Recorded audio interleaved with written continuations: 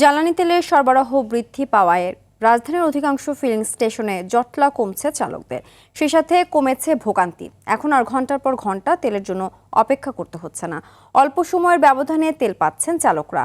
Fuel পাসের কারণে ফিরে এসেছে পাম্পগুলোতে শৃঙ্খলা। তবে চালকরা বলছেন এখন অধিকাংশ ফিলিং স্টেশন পুরোপুরি খুলছেন না। প্রতিটি পাম্পে 24 ঘন্টা তেল পাওয়া গেলে ভোগান্তি আরও কমে যাবে বলে মনে করছেন তারা।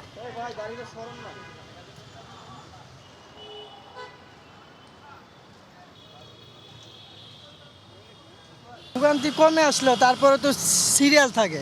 আগে যে অনেক সময় নিতে হতো, এখন অতটা সময় নিতে হয় না, দ্রুতই পাইতে তেলটা আর কি। আগে তো সিরিয়াল ছিল, অনেক সিরিয়াল ছিল, এখন তো সিরিয়াল দেখি একটু কম। 10 ঘন্টা 12 ঘন্টা আমরা তেল পাইনি। এখন আমি এই শাহবাগ মোড় থেকে লাইন দিছি, অলমোস্ট 30 মিনিট হয়েছে আর কি। আলহামদুলিল্লাহ আমরা পাম্পের গেটে চলে আসছি। এদিকে সরকারের পক্ষ থেকে জ্বালানি তেলের পর্যাপ্ত মজুদ নিয়ে আশ্বস্ত করা হলেও কিছুতেই হিসেব মিলছে না মাঠের বাস্তবতায়। নানা পদক্ষেপও সবশেষ লিটার প্রতি 15 থেকে 20 টাকা দাম বাড়িয়েও নিয়ন্ত্রণে আনা যাচ্ছে না সংকট পরিস্থিতি। গাজীপুর কালিয়াকৈরে জ্বালানি সংকটের প্রভাব পড়তে শুরু করেছে পরিবহনের পাশাপাশি শিল্প কারখানাগুলোতে। উপজেলার 17টি পাম্পের মধ্যে 2-1টি পাম্পে তেল দিতে দেখা গেলেও রয়েছে দীর্ঘ লাইন। এতে চরম দুর্ভোগে পড়েছে অফিসগামী ও বিভিন্ন পেশার মানুষ। সংকটকে পুঁজি করে ঘটছে অবৈধ মজুদ ও কালোবাজারির মতো ঘটনা।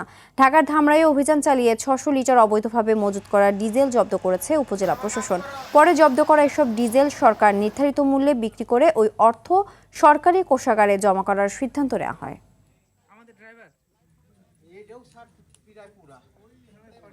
তো 8টা দেখে আসছে, একটাতেও নাই। খুব ভয়াবহ অবস্থা ভাই, এটা আসলে সরকারের নজরদারি করা উচিত।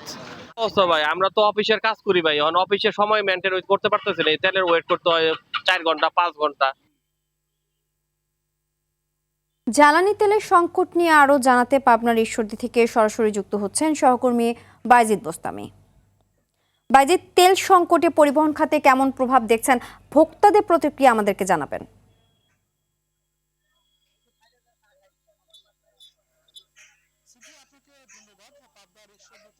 11টি ফিলিং স্টেশন রয়েছে, এর মধ্যে বেশিরভাগ পাম্পে আসলে জ্বালানি পাওয়া যাচ্ছে না। আমরা যেটি দেখছি যে প্রতিদিনই 2টি বা 3টি পাম্পে বা খুব বেশি হলে 4টি পাম্পে জ্বালানি তেল পাওয়া যাচ্ছে।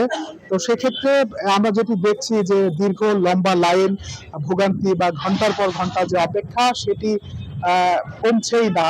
অর্থাৎ জ্বালানি তেলের যে সংকট, সেটি কমছে না। পাম্প কর্তৃপক্ষ যেটি বলছেন যে তাদেরকে তেলের সরবরাহ সেটি কিছুটা বৃদ্ধি করা হয়েছে বা তারা প্রতিদিনই তেল পাচ্ছেন। তবে পাম্পে তেল নিতে আসা যে মোটরসাইকেল আরোহী বা যানবাহনের দীর্ঘ সারি, সেটি একেবারেই কমছেন না। এই প্রশ্নের উত্তর খুঁজে পাওয়া বেশ আসলে অনেকটাই কঠিন। আমরা যেটি দেখছি যে আমরা এই মুহূর্তে রয়েছি ঈশ্বরদীর জয়নগর এলাকায় খায়রুল ফিলিং স্টেশনে। এই তেল পাম্পে সকাল 8টা থেকে তেল দেওয়া শুরু হয়েছে। তো এই তেল দেওয়ার জন্য একেবারে ভোর থেকে মোটরসাইকেল আরোহীরা দীর্ঘ লাইন দিয়ে রেখেছেন। এখন পর্যন্ত সেখানে তেল বিক্রি চলছে। তবে এই পাম্পে আমরা একটি বিশেষ পদ্ধতি দেখেছি যে তাদের যে পরিমাণ তেল থাকে সেই অনুযায়ী তারা ঠিক কতজনকে কত টাকার করে দিতে পারবেন সেই অনুযায়ী আসলে একটি করে স্লিপ ধরিয়ে দেওয়া হয় এবং বলা হয় যে যাদের স্লিপ পেয়েছেন তারা থেকে বাকিরা চলে যান, যেন আসলে যারা অপেক্ষা করেন তাদের দুর্ভোগটা কম হয়। পাশাপাশি যদি আমরা আরো বলি যে আমরা দেখেছি বিভিন্ন পণ্যবাহী ট্রাক বিভিন্ন পাম্পের সামনে অপেক্ষা করছে, তেল দিবে বা তেল আসবে বা কিছুক্ষণ পর পাওয়া যাবে এমন খবরেও বিভিন্ন পাম্পের সামনে আসলে যানবাহন অপেক্ষা করছে। তো সব মিলিয়ে বলা চলে যে